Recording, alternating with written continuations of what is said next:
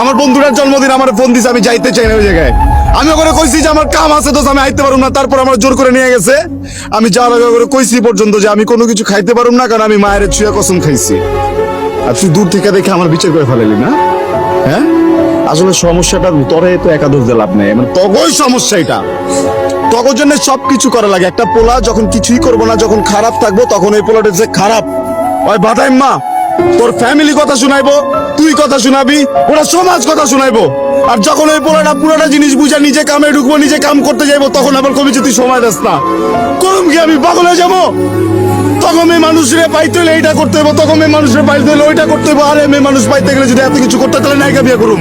তুই কে তোর কি লেগা বিয়ে করুম? আমি আমি আমি আমি ভালো রাখতে পারবো না। আমি রাখুন না তোরে ভালো। যা, তোরা কি ভালো রাখবো, তুই থেকে যা, তুই যা। তোরা যে ভালো রাখবো, যে জায়গায় ভালো থাকবি ওই জায়গায় তুই ভালো থাকবি। আর তুই যদি না যেতে পারোস না, আমি তোর ট্যাঙ্ক টুম সব ভাই গেলাম এবার। এই চেহারা তো কোনোদিন দেখোস না, তাই না? আজকে থেকে দেখে রাখ, তুই যা। তুই বিয়া করবি, আর তোর যদি বিয়া না হয় একদম টাইম আমি কয়ে দিলাম, আমি নিজে উকিল বাপ থাকুম, আমি সাক্ষী দিব, আমি উকিল বাপ, আমি সাক্ষী দিব, আমি কাজী হমু, সবকিছু করে তোরা বিয়া করে আমার জীবন থেকে এত দূরে পাঠাই দেবো, যদি কোনোদিন আমার মনে কষ্ট দিতে না পারোস তুই। আমাকে এতগুলো কথা শোনাই দিলা।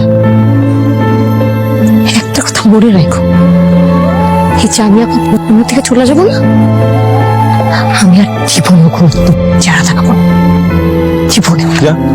তুই কি ভাবছিস আমি চেষ্টা তোর পা ধরে নিয়ে আসবো? তুই যা, আমিও যাবো না তোরা কোনোদিন নিয়ে আসতে, তুই যা।